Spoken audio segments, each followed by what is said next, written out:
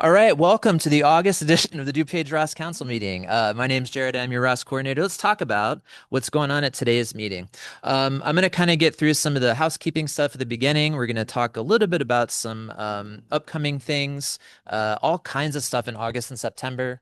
I mean, we call this is like really crunch time for those of us who work in this field. August is Overdose Awareness Month.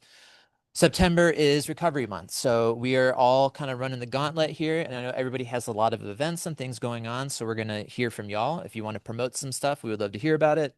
I'm going to check in with my colleague Annette in a little bit to talk about what's happening over at our sister ROSC in Kane County. I also want to promote something that we've been kind of working on over with the DuPage BHC, which is the Behavioral Health Collaborative. They have a survey they're trying to get out to talk about post-overdose services and things that are available for folks in our county. I think as I Scott on there, so maybe he can pop on a little bit later and kind of discuss it. And then we are obviously going to talk to our friends here from Endeavor. I think there's a couple. We're going to talk to Jen and also Ari or anybody else who'd like to chat just about not only the services, but what they do here, what's available and kind of talk about all the cool things that they do. So with that said, I'm going to go ahead and talk briefly, because I know there's a few people here who maybe have never been to a ROS meeting before in their life. You maybe have heard the acronym. There's a lot of acronyms in this field. A lot of them are similar. So I'm just going to go ahead and just give you a breakdown on like what this is and what a ROS does. A ROSC is really just a coordinated effort made up of both organizations, but people with lived experience. So people who are in recovery themselves, maybe their lived experience is having a friend or family member who's in recovery. We kind of cast a wide net for lived experience. But we kind of come together to identify what not only the strengths of our area, but what the gaps in services are. And then we kind of work together as a council, but also as like a network of organizations to try and meet those needs as they come up. DuPage ROSC has been around since the summer in 2021. We have all kinds of different things we do, and this kind of goes into the different areas that ROS work in, right? So ROS, the kind of, at least in the state of Illinois, what they push for, the different areas we work in is harm reduction, or you may see that rephrased to risk reduction in the future. We'll see. Stigma reduction, ensuring effective service delivery, prioritizing equity, and last but not least, promoting MAT and MAR. So those are kind of the areas and the sectors that need the most attention throughout the state of Illinois. And that's really what we try to do work in. We don't do a lot of direct services. We try to connect different organizations doing that work. We don't reinvent the wheel. We see who's already created the wheel and try to connect them to not only the people, but also the different organizations.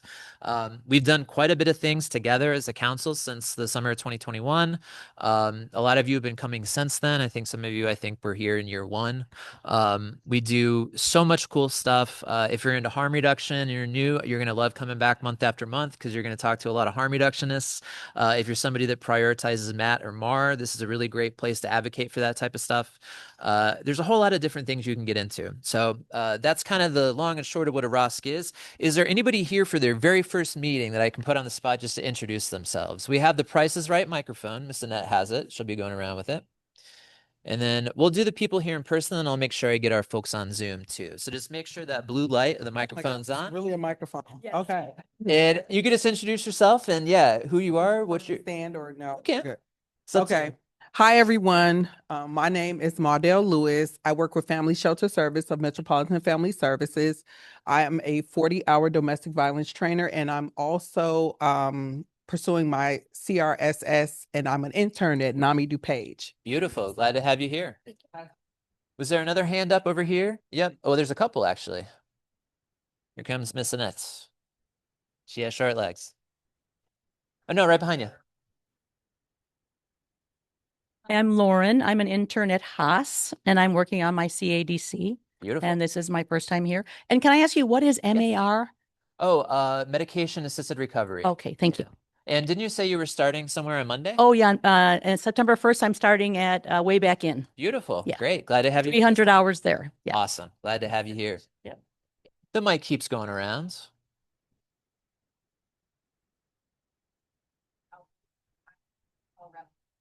Awesome. Yeah. Awesome. Glad to have you here with us. Yeah. Last but not least, over here in person.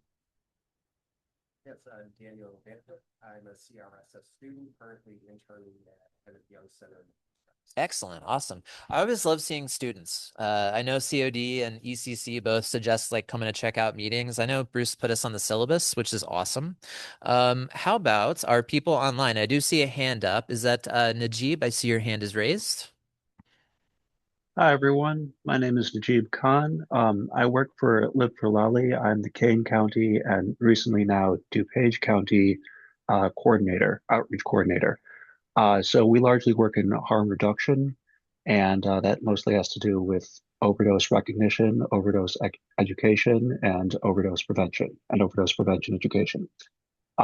So we're just looking for partnerships in DuPage County now, and places that are interested in receiving naloxone and education that has to do with overdose prevention.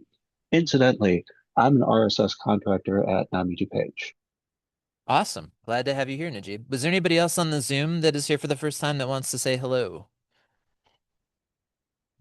If not, and you want to do that at the end, we can do that. So in the interest of time, because I know we got a lot going on, let's go ahead and move right along. I would like to, if we can, promote a couple things. So Miss Annette, where are you? I'm going to go ahead and just talk briefly about some stuff happening in our neighbor, which is a beautiful Kane County ROSC Council, coordinated by Annette. Annette, why don't you just give us kind of a rundown of what's happening next door? Let me just come up here because I don't want everyone twisting their neck. Good afternoon, everyone. So I am Annette Villarreal. I am the coordinator for the Kane County ROSC, which is the sister to the DuPage. And so we have a few things going on. Specifically, we have our meeting next week, Thursday. It's going to be at RCA, Recovery Centers of America in St. Charles. And we are really grateful that they are hosting us. So you can join us in person or you can join us through Zoom. We have the information up, and I'm sure that by the end of today or tomorrow, invitations to the whole council will be going out. What's going on as far as like other stuff out in Kane? Are you still doing the drop-in? So Yes. we have drop-in services on our at our location in Geneva. It's on State Street. I'm trying to think of exactly the address. If I'm not mistaken, it's 125 West State Street in Geneva. And there we host drop-in services every Tuesday from 12 to 2.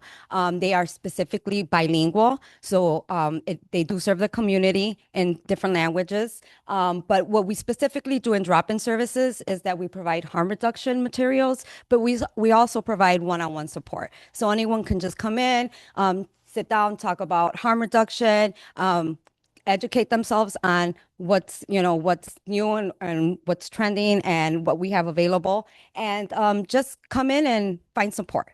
And that happens from 12 to 2 every Tuesday. And every second Tuesday, simultaneously while the drop-in is going on, we also do a Narcan training. So if anyone's interested, they can also come in for Narcan training. Beautiful. And again, like we said, those are always open. So if you want to check out the ROSC Council in Kane County, come on out next Thursday to RCA. Yes. 3 p.m. Sorry. From 3 to 4 p.m. Yeah. We keep both of these at 3 p.m. Yeah. So if you ever can't remember, yep, 3 for both. All right.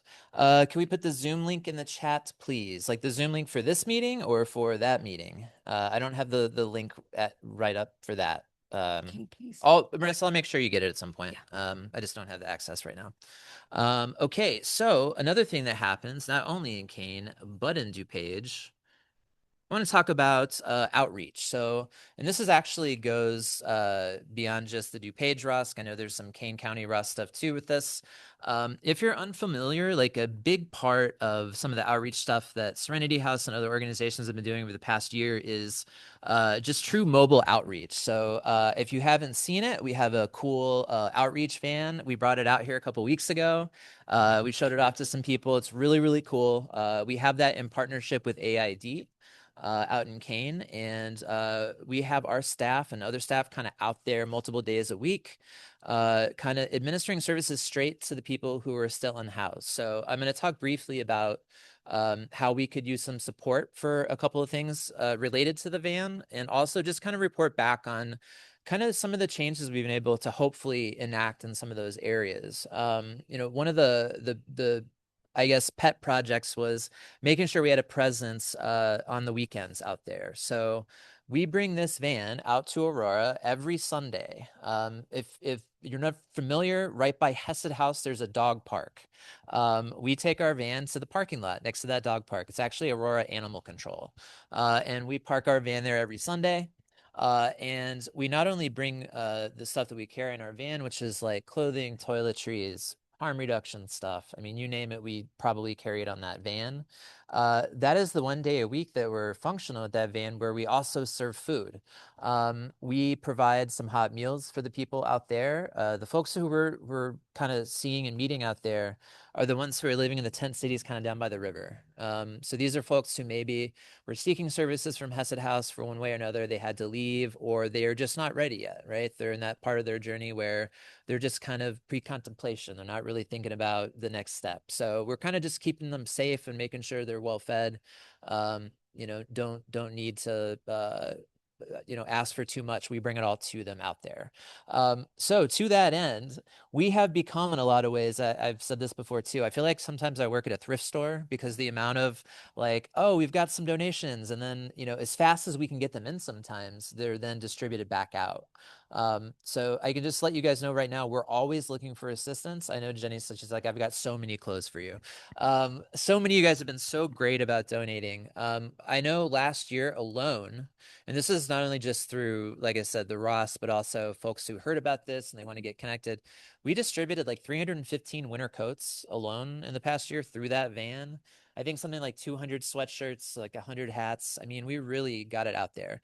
So we like to start early with the winter clothing, usually in like September or October. You'll start hearing us with that. Right now, though, I'm going to tell you, heat wave. The main thing that our guys and girls who are still out there could use the most of right now is stuff for the summer. I mean, if you think about, and I'll speak from experience, I'm a former unhoused person. When I was out there, especially in the summer, think about what it's like trying to maintain hygiene or, just even be outside for that long. It's really, really hard to live outside these days, especially in that heat. So body wipes, worth their weight in gold. If you or somebody you know would like to donate some body wipes, but also stuff like shorts, t-shirts, swimsuits, just like anything that people can wear that isn't like heavy winter or fall clothing. But also, yeah, like Annette mentioned, sunscreen, other things like that, toiletries. I mean, we're always looking for help as it relates to that.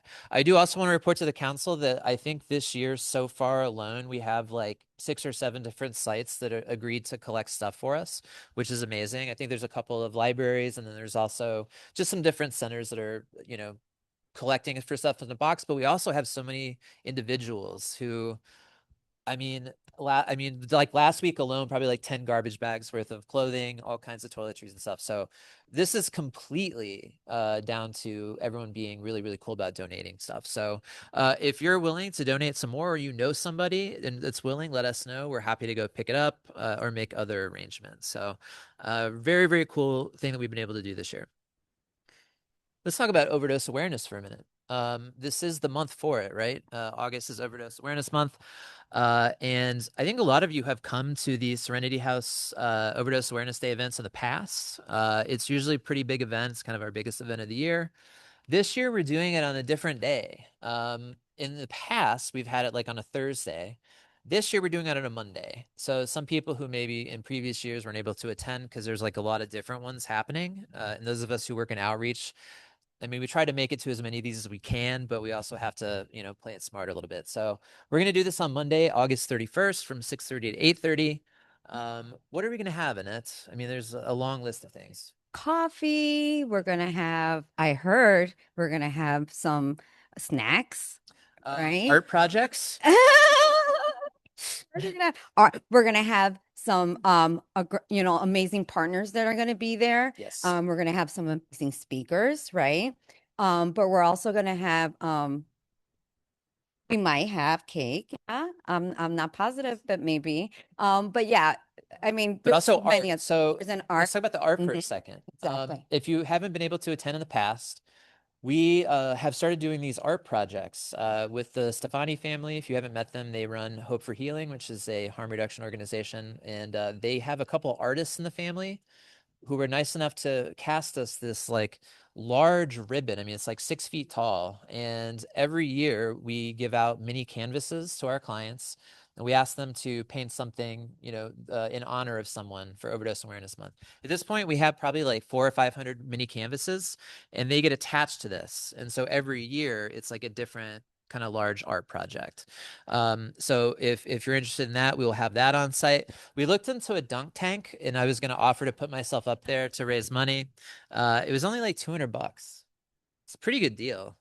We could at least make our money back. Oh, pretty Jenny wants to easily. know we can go fund me for that. I think we A can might be GoFundMe for able a to dunk go tank? fund me for that. Okay. Listen, if you can raise the money for it, I will be the first one up there waiting to get dropped into it. So yeah, we'd love to have you come out. It's a really cool event. And we try to make sure it's a celebration of life. It's not like a somber event. I mean, it's obviously a serious event, but we don't want people leaving there feeling like it wasn't a celebration of their loved ones they lost, right? So hope you can be there for that one.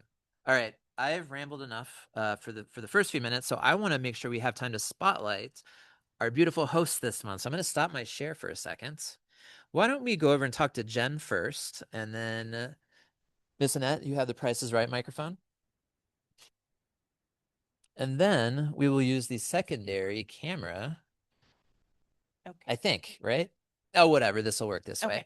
Okay. So Jen Trevelli, who I think you're one of those people who've been coming around since like year one, right? Yes, I have.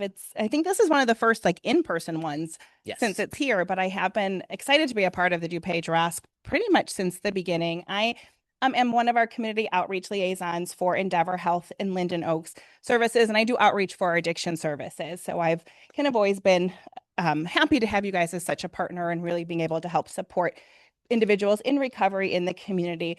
For those of you who don't know Endeavor Health in Linden Oaks, we are a full service behavioral health system. So we offer a wide range of level of care services for patients in the community.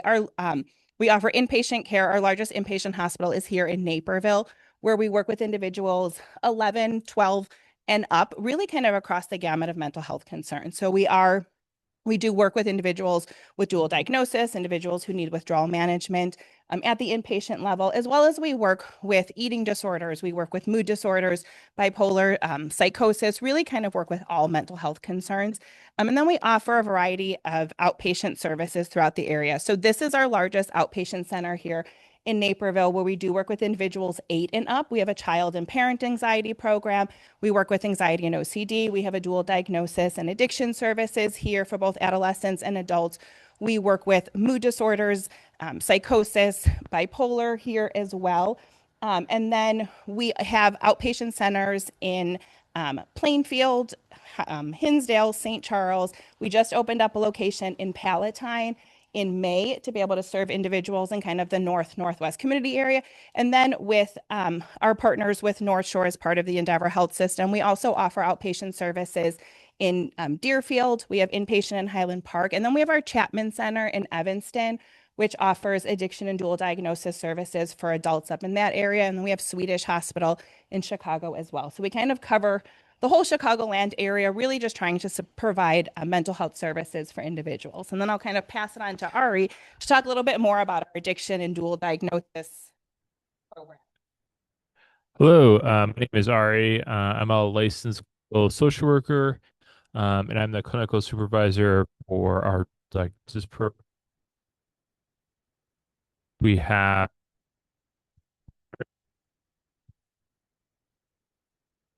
aided assisted recovery,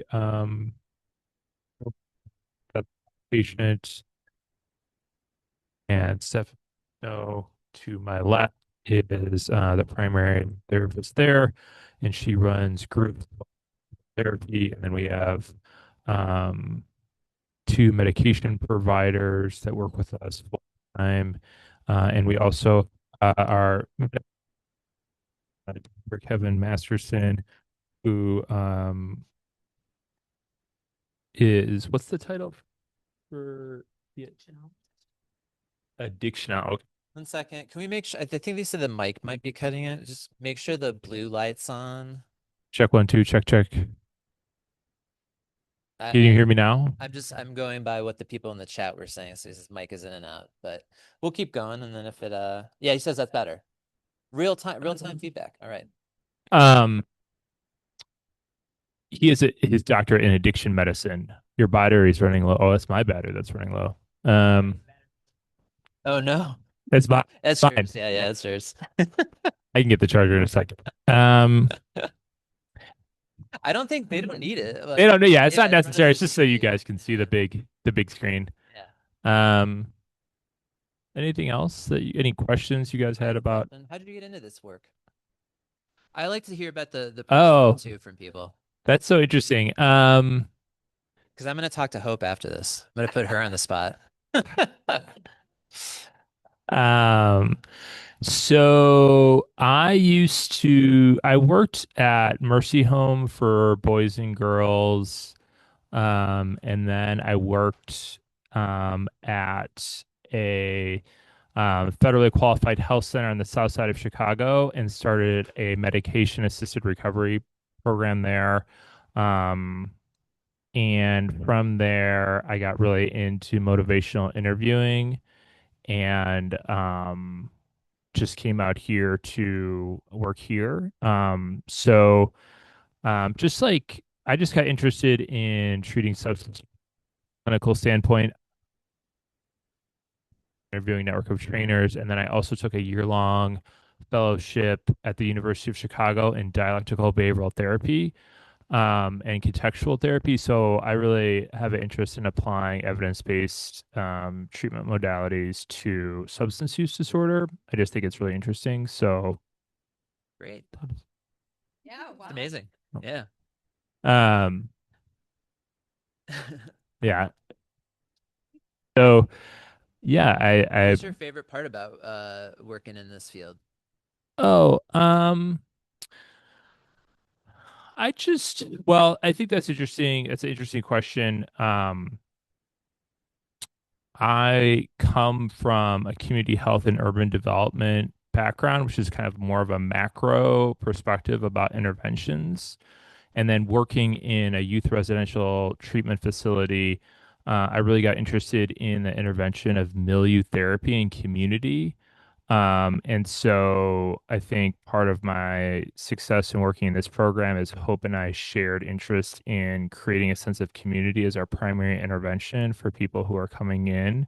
And I think that fits nicely with substance use disorder. And so I just really enjoy getting to know patients and making sure that they feel welcome and seen as a person and not just an addiction or disease. So that's my favorite part of the job. Have you seen a Matt or Mar change for the better, or even is there improvements that still need to be made with Matt and Mar in our area, do you think? Um, I think that starting a medication assisted recovery program on one of my favorite stories of I've never lived outside of Chicago in Cook County. And when I was doing FQHC uh, on to different like where people have seen their primary care and had been screened for the box. It's like it was like a Chicago vacation of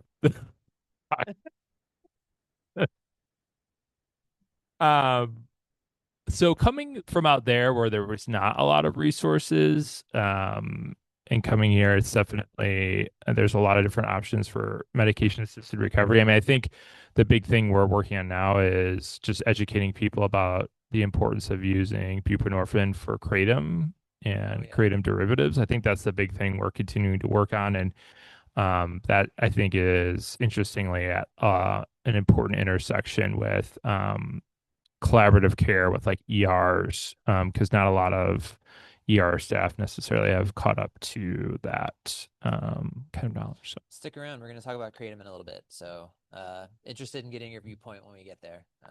did you want to give Hope a hard time? Yeah, I want to give Hope a hard time for just a minute. Just a minute. Okay. Oh, and I will say this is almost weird full circle thing. So you talked about how you got like Matt and Mar groups up off the ground. I was the inaugural Matt patient here, like the first one. And so I like that's why I was saying like my insurance paid out great here. All right. So Ari, thank you so much, man. That was great to get to. So Hope, I actually know through a different place, like in one of the treatment centers I was at as a client, actually the last treatment center I ever went to. So I was with her for about 100 days. I was over there, and over time we just stayed in touch, and now we're like peers. And sometimes it like blows my mind that I made it to this point. I say this a lot too. Like when I was trying to get sober, and forgive me if I get emotional, when I was trying to get sober, I would see people who were like, they were sober and like they were keeping it together. And I remember being like, I have no clue like how to do that. No clue, and you were one of those people. I was like, it'd be cool to be like that. So sorry. It's just sometimes seeing, it's enough to get me, Every time I see you, enough to get I'm me so waterwork. I beam. Right, I'm so proud of everything that you've done, knowing that you've put on all that work. I was just there for part of it, but Yeah. you've really put in that work, and it's Yeah. every time I see you, so proud. But I want to just mention something, if you don't mind, just to kind of show and exemplify like how this group works, right? And like how we do what we do together. We work together. All of our groups work together on referrals. We get reached out to, we reach out to people. When we can't find referrals and we know there are people who can, we reach out to them. We get reached out to about helping with referrals. And last week, you and I worked on some stuff, and I won't get into details, but it was a multi-day referral process. And at the end of those 3 days, I remember talking to Annette being like, that was one of the hardest, but one of the most gratifying referral processes. Like to get someone from A to B to back to A. And I mean, it was one of those things where we talk about prioritizing equity. This was someone who was trying to get into places and either couldn't or had a bad experience with them. And so just to be able to have you as a peer and do that is a really cool thing to see. But what's your favorite part about being like working in this field? And it's the connections I make. Yeah. It's seeing people grow and continuing to see them grow. A lot of times we don't get a program. Sometimes you leave and we don't get to see you again. Yeah. Being able to continue that on with like meetings, our just kind of being able to see them in their journeys, Yeah. to know that they can come back and they have that trust in us. Like gentleman could have just left, Right. and could have just been screw you guys, and he kept coming back to us because he felt so safe, Yeah. and so heard, and had appreciation not just for us but for Right. everybody involved, because it was That's what we do, right? it was multi people It to was. help this person, and just 5 or to 6 kind of people, see. multi-day. I mean, it was one of those like we're getting down and dirty on this referral. Yeah, So we made it happen though, right? seeing that effort pay out the way it does, it's just like that's why I do. I know. I know. Well, I just wanted to say thank you again. You do amazing work. You're a hero of mine, and I can just hope to get to that point eventually. And you know what's really great though? What's You that? have also become a. Oh, stop it. Okay, you really are gonna make me cry now.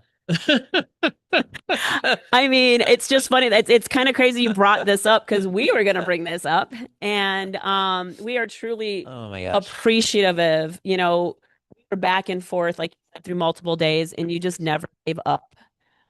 And Yeah, I think just to provide a little bit more context, we had a young person who was um, a little bit stigmatized for substance use disorder symptoms and also their identity, and was pushed out from many settings, and understandably was unhoused.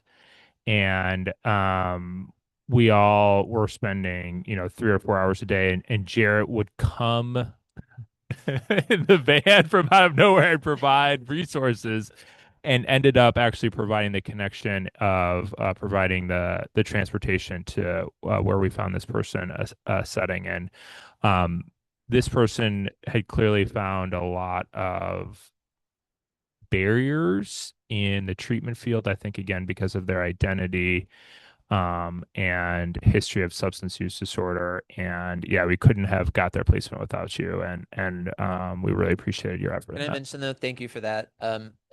She's gonna be upset that I'm putting her on the spot, but no, I'm gonna do this.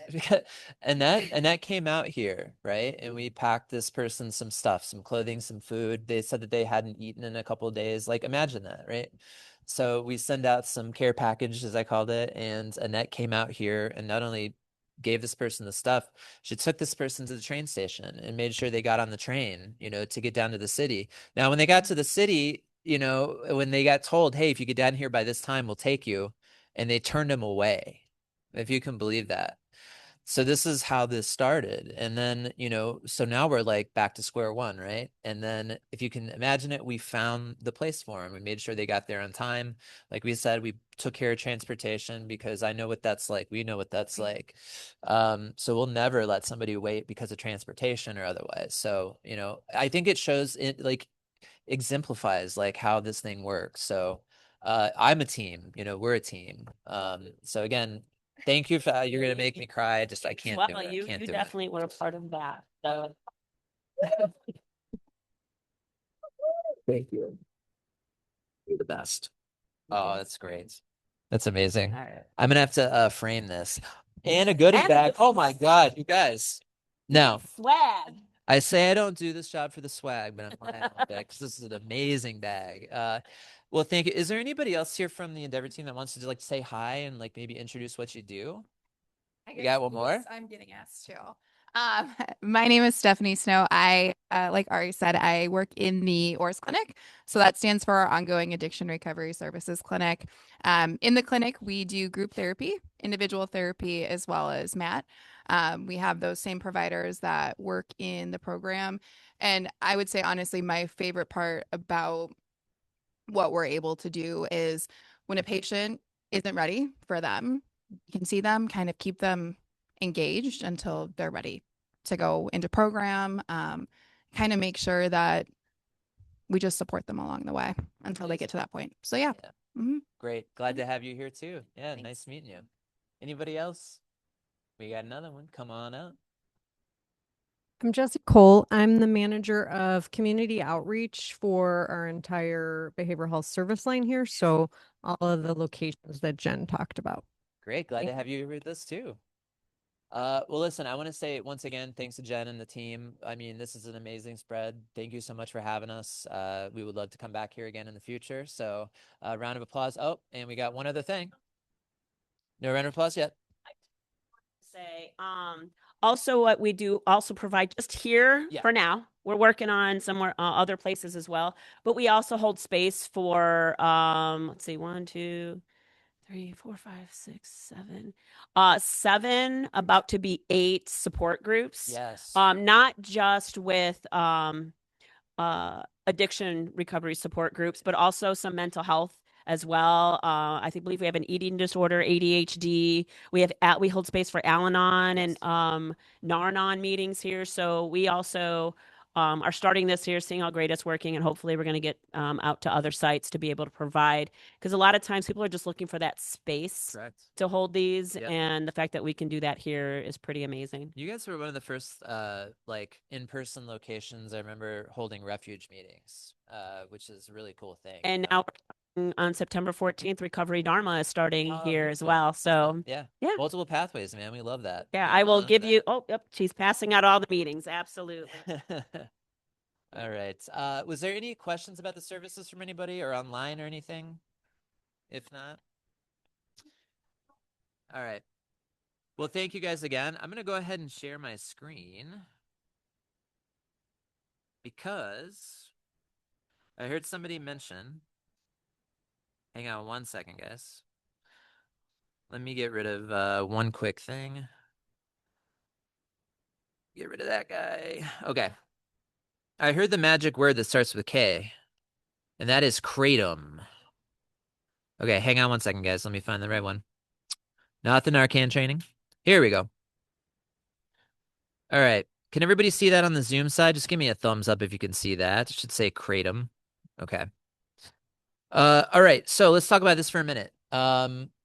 If you're unfamiliar, I don't know how you could be at this point, but we're fast approaching, I guess, what some would consider a crisis point with certain types of kratom, adulterant or adulterated kratom or derivatives. So you've probably heard about 7-0 or pseudoindoxil.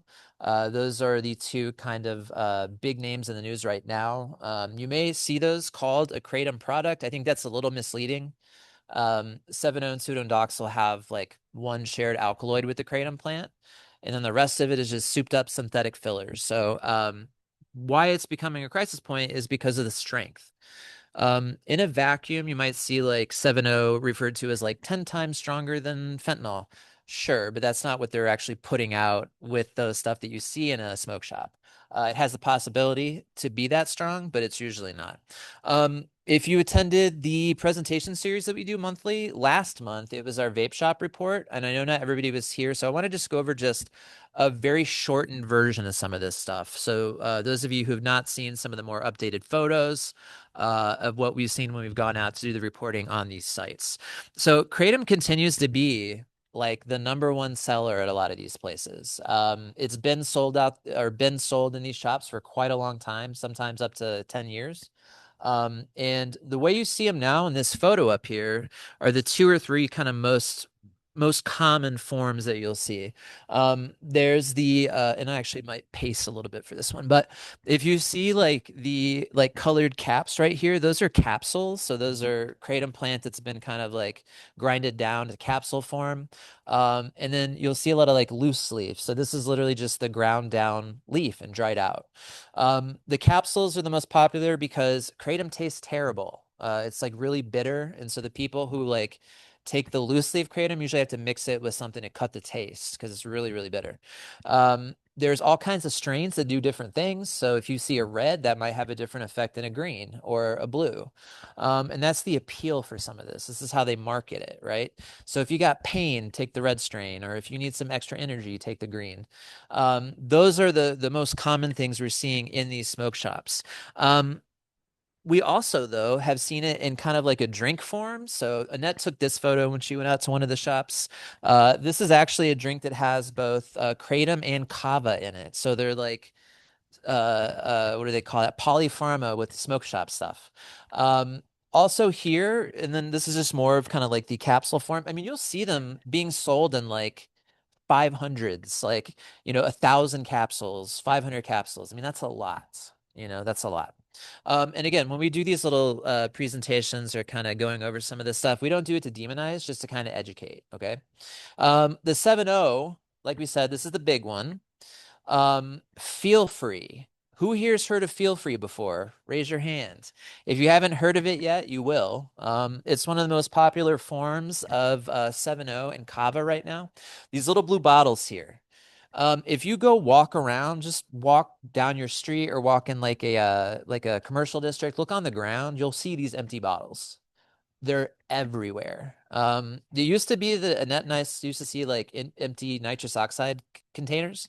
Now it's mostly these. So it's just this little shot. And in that little shot, there is 7-O, and there's also kava, which if you're unfamiliar with kava, it's a traditional Southeast Asia root, which kind of has a sedative effect, kind of comparable to alcohol, but not as strong. But you're seeing it in more and more forms. We're also seeing mushroom products. Now, you want to talk about what is the next growth industry in the I'm telling you, it's these mushroom products.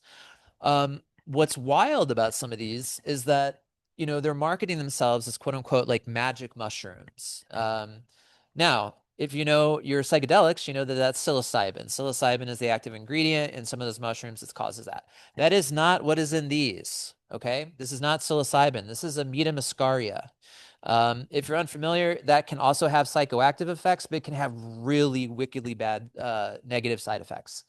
It can throw you into these like wicked panic attacks. A lot of people who kind of take too much Amida muscaria have to go to the ER. But that's what's being sold in some of these products. To a T, almost every vape shop employee, owner, whatever, they would say like, yeah, the mushrooms is what people are most curious about right now. They'll say that the 7-O and the kratom are the best sellers, but more and more people are coming in asking about the mushrooms. Here's another one. Microdose blend, road trip, mushroom gummies. Now, again, if you're unfamiliar with what's the active ingredient, you would say, oh, they sell magic mushrooms now in the vape shop. And then you can buy it just like in this little 5-pack. So keep an eye on that. Again, it's not something that's hitting like a real super duper high abuse point, like 7-O and kratom and pseudodoxil, but where there's smoke, there's fire. So this is what people are looking up right now. So the question was, what is the law doing about it? We'll talk at the end because it's confusing, to say the least. Okay. Now, one of my other, I got this prediction wrong a little bit. Last year, I was like, I think we could have a problem with nitrous oxide. The reason being is that they are selling it everywhere now. Okay. Used to be, back in my day, if you wanted to do nitrous, you needed to know a dentist who would sell you a giant canister and you would take it to a rave, and that's how they did it. Okay. This is similar, but this has its roots in the culinary side of nitrous oxide. If you ever gone to Starbucks to get your pup cup for your dog, or you get whipped cream in a drink, they have that gun, right? That little canister on the top is nitrous oxide. That's what makes your whipped cream so creamy and frothy at like Starbucks and other places like that. That's just nitrous oxide that's in that. So you can buy those little crackers at culinary shops. You can buy it at kitchen supply stores. And you can buy it at smoke shops. Now, Annette took these photos. We're going to look at this bottom row here. Those come up to about my knee. So you're looking at size-wise. It's a canister about that big, and you can take nitrous oxide directly from it. You can kind of just right into your mouth. The reason this became popular a couple years ago, I guess TikTok. TikTok is one of the biggest pushers of some of these substances. But also rappers, specifically in Atlanta, started putting this stuff in their videos. Galaxy Gas is the biggest well-known brand. Now, all of these things will still say for culinary use only, which that's like when they used to sell like glass pieces at smoke shops, say for tobacco use only. Sure, you know. So let me show you another photo here. Just a couple other things and ways they sell it. So these are some other large canisters, but Annette got this one too. These are kind of like smaller ones that you can, if you don't want to carry the giant canister around, you can have the smaller sizes as well. When I would ask the owners, like, okay, are you still selling a lot of this? They said not as much as they used to, but they still have dedicated buyers. I said, are they buying like multiple times in one day? And they said sometimes, yeah. The 7.0 buyers are coming back like sometimes 3 times a day to buy that stuff, which is kind of scary, you know. Again, we don't demonize, but if you're going back to the same smoke shop 3 times a day to buy $50 to $75 packets of 7.0, I mean, that's as bad, if not worse, than an illicit drug habit, as terms as how much you're spending. Let's talk about briefly promotion. So this is what really blew our minds when we were going out, is the way that they promote some of this stuff. I mean, giveaways, contests, BOGOs, buy one, get one, THC vapes. What did you see? Like a PlayStation 5 giveaway. Put the mic on real quick. I saw PlayStations, but they also had like these backpacks that are really they're very expensive, but they're very popular with like the younger generation. They're like festival bags. Yeah. Like, you know, when you go to You see an festival, iPhone, it's there's like- an iPhone there. There's, Yeah. you know, so like iPhones. iPhone 15 giveaway. Yes. I should So- have entered. I don't even have an iPhone. I don't 15. have it either. So yeah, a lot of things geared towards Yeah. young adults. A couple things on the etc. So this is like, okay, over the horizon, what's next? All kinds of like pass a drug test. I mean, that's never gone away. But now you can actually buy urine at the smoke shops. That's a gas station, right? Was at a gas station. Yeah. Okay. So it was right in the front of the gas station before you, like right next to where you pay. And they had it in the case with other, Yeah. you know, with some other things. But that's a gas station, an actual I legit know, gas and it station. sounds wild, right? But they sell it because people buy it. This one right here. This one right here is fascinating. It's called OR Reset. And when my team was sending me photos of it from when they were going out, I was like, what is this? I was like, chewable detox tablets. Like, that sounds like snake oil. Like, what do you mean? All this is like almost like a pseudoindoxyl type 7.0 mix. So they're saying get off of 7.0 with this slightly less strong 7.0. So that's all OR Reset is. And then if you go to their website, they promote it as taking a tolerance break. If you're unfamiliar with a tolerance break, it's when you're kind of like trying to get, if folks are not ready to quit using yet, they may stop for a few days just to kind of bottom line their tolerance level again. Sometimes that can be dangerous because when they go back out, They think, oh, I can handle what I was doing a few days ago. It's not like that world anymore. With fentanyl and carfentanil, all it takes is once. This one right here is Meta. This is an analog for ketamine. So they're now trying to do ketamine type substances that they're selling as well in those shops. So it's like they've managed to find a smoke shop version for all of these like illicit substances. The scary thing is most the marketing. The way that it's attracting younger people with the packaging and stuff, the flavorings of things. 7-0 has flavors. I mean, these are things you're just popping, but it's like blueberry dream and like watermelon. Yeah. That they smell like that, like they're. Yeah. When I took the mushrooms, I think it said strawberry cream on there. Yeah. I mean, it was so Chocolate it smelled bars. so good. That's the other one. Chocolate bars that have the Amina muscaria mushroom in them. And the feel freeze, I just want to mention that because I didn't say it when I was talking about them. Those are all like register buys. Those are like right by the registers. And this is not limited to smoke shops. Almost every gas station near us at Serenity House will go around. And even at the Circle K, they're selling THC drinks now. The kratom shots, the extracts. I mean, this isn't just going into a smoke shop anymore.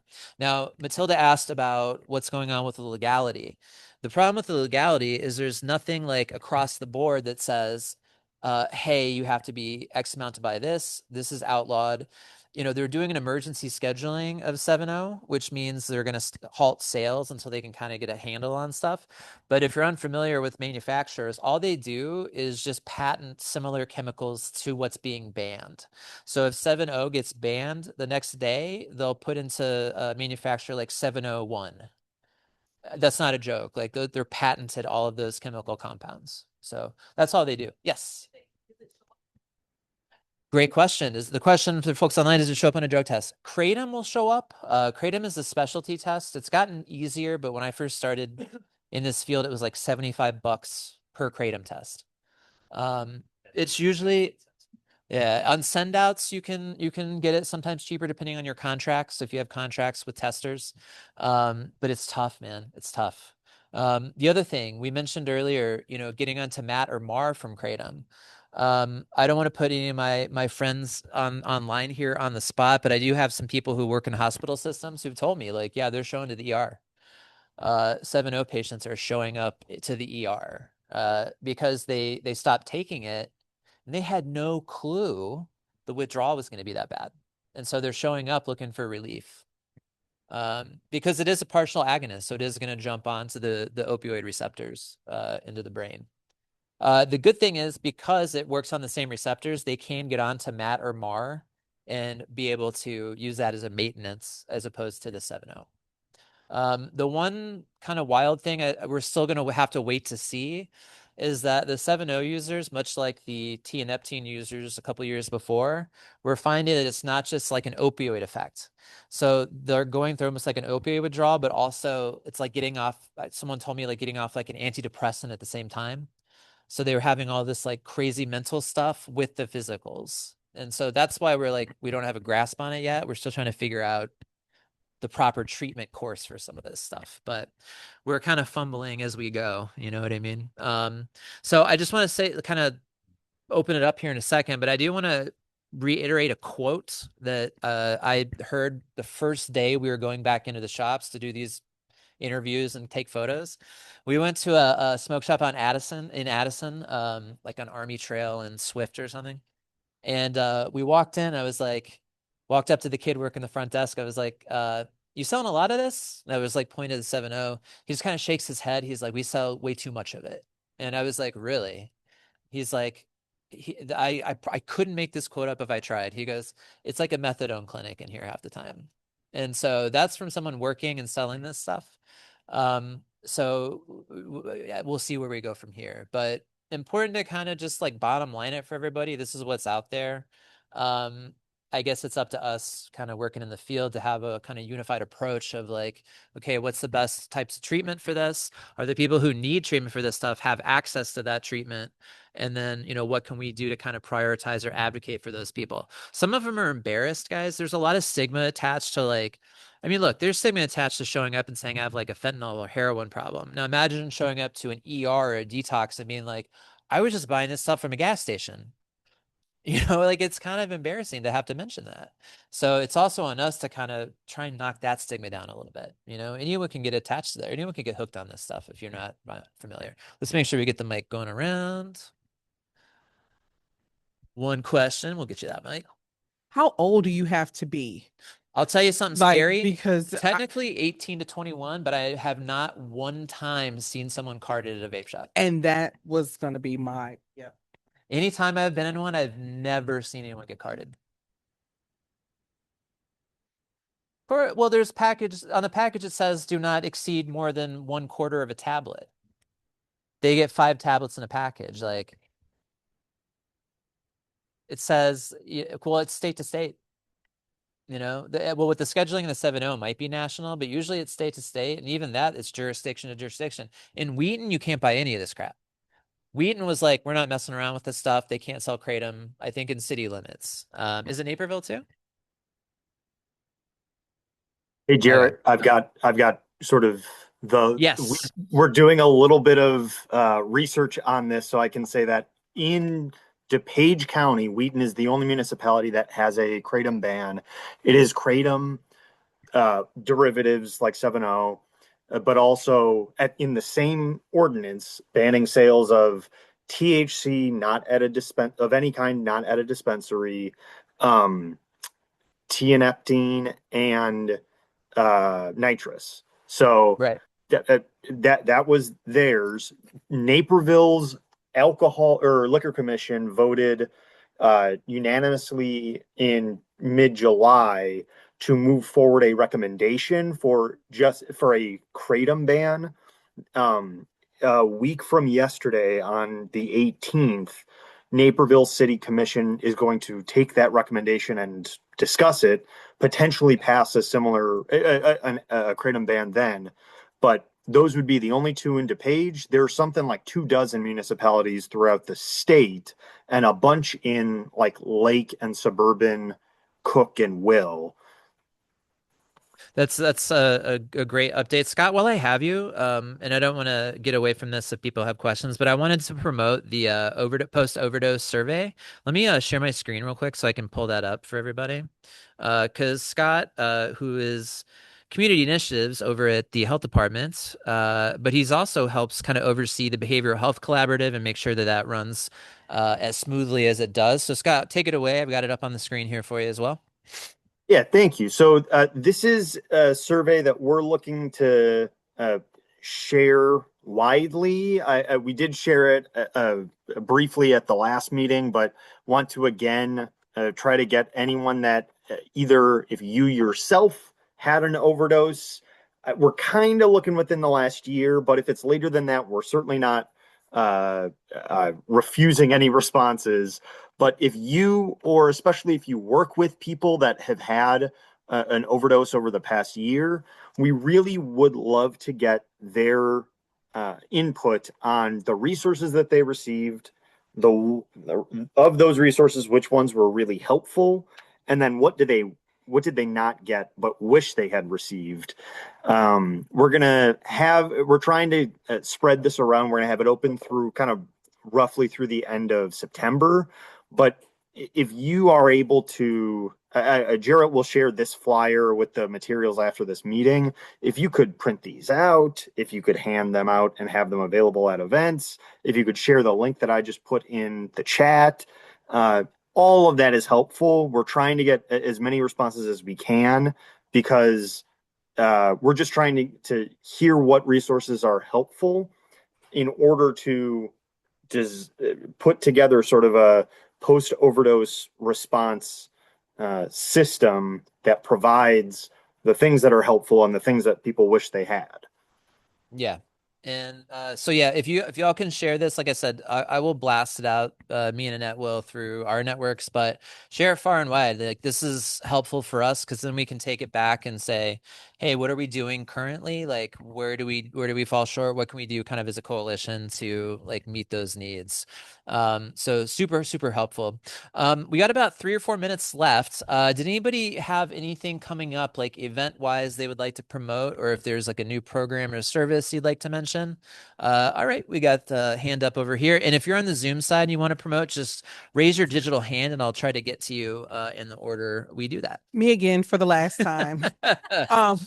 As I previously mentioned, I'm a 40-hour domestic violence trainer for Metropolitan Family Services. So for the month of September, October, November, we are offering virtual free 1-hour virtual training for salon professionals on domestic violence and sexual assault. Okay. I can give you guys my information. Yes. I have bought some handouts. They're in the car. Great place for them. And also, like, if you guys need any like 40-hour trainings, any teen dating violence, my team, we go out throughout DuPage County at all middle and high schools, and we teach them about healthy relationships. So Great. just give me a holler and I'll be happy to share my information. Awesome. Great. Anybody else got anything they'd like to promote coming up? Any OD awareness events or Recovery Month events anyone would like to point out? Going once, going twice. Oh, Carissa? Oh, I don't. That's just the Sorry. good. It was a good try though. Okay. All right. Yes. Oh, yeah. The White Sox event. So Banyan's hosting a recovery tailgate on September 26th at the Guaranteed Rate Field. I will be there with my Cubs stuff on, but I'm just kidding. I'm just playing. Okay. Ed Comiskey. Actually, yeah, if you're interested, there are the tickets. Is the link live for the tickets? Social media for Banyan. Yeah, I probably emailed everybody who's on this call already, like somewhere between 3 and 10 times about it. So I have a bunch of tickets. We'll be there. yeah, there's we'll have a bunch of tickets. There's I mean a lot of people in the room will be there. Yeah. But yeah, it's just a recovery highlight. There's the White Sox came together with us, partnered up. This year we didn't have enough time to plan for like a grandiose event. Next year is going to be a big event.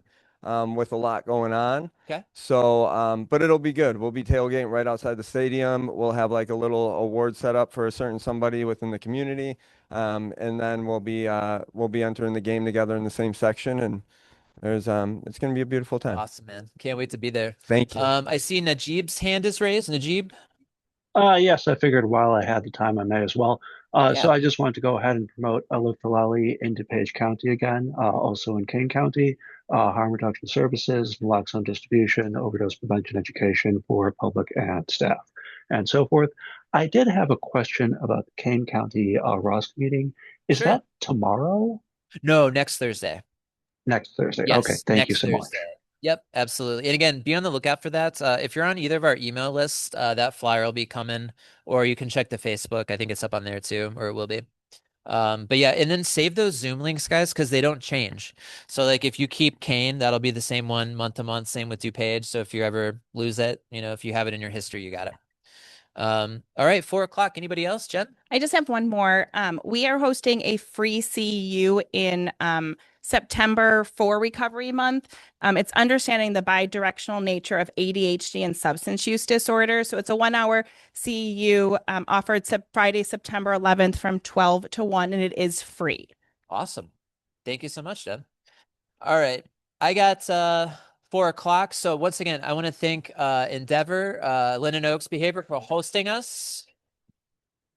There is all kinds of refreshments still and snacks. Please make sure you take some if you haven't already. And then be on the lookout for the recording of this. We usually put it up on the YouTube within a couple of days. And then we'll see you at the next one, everybody.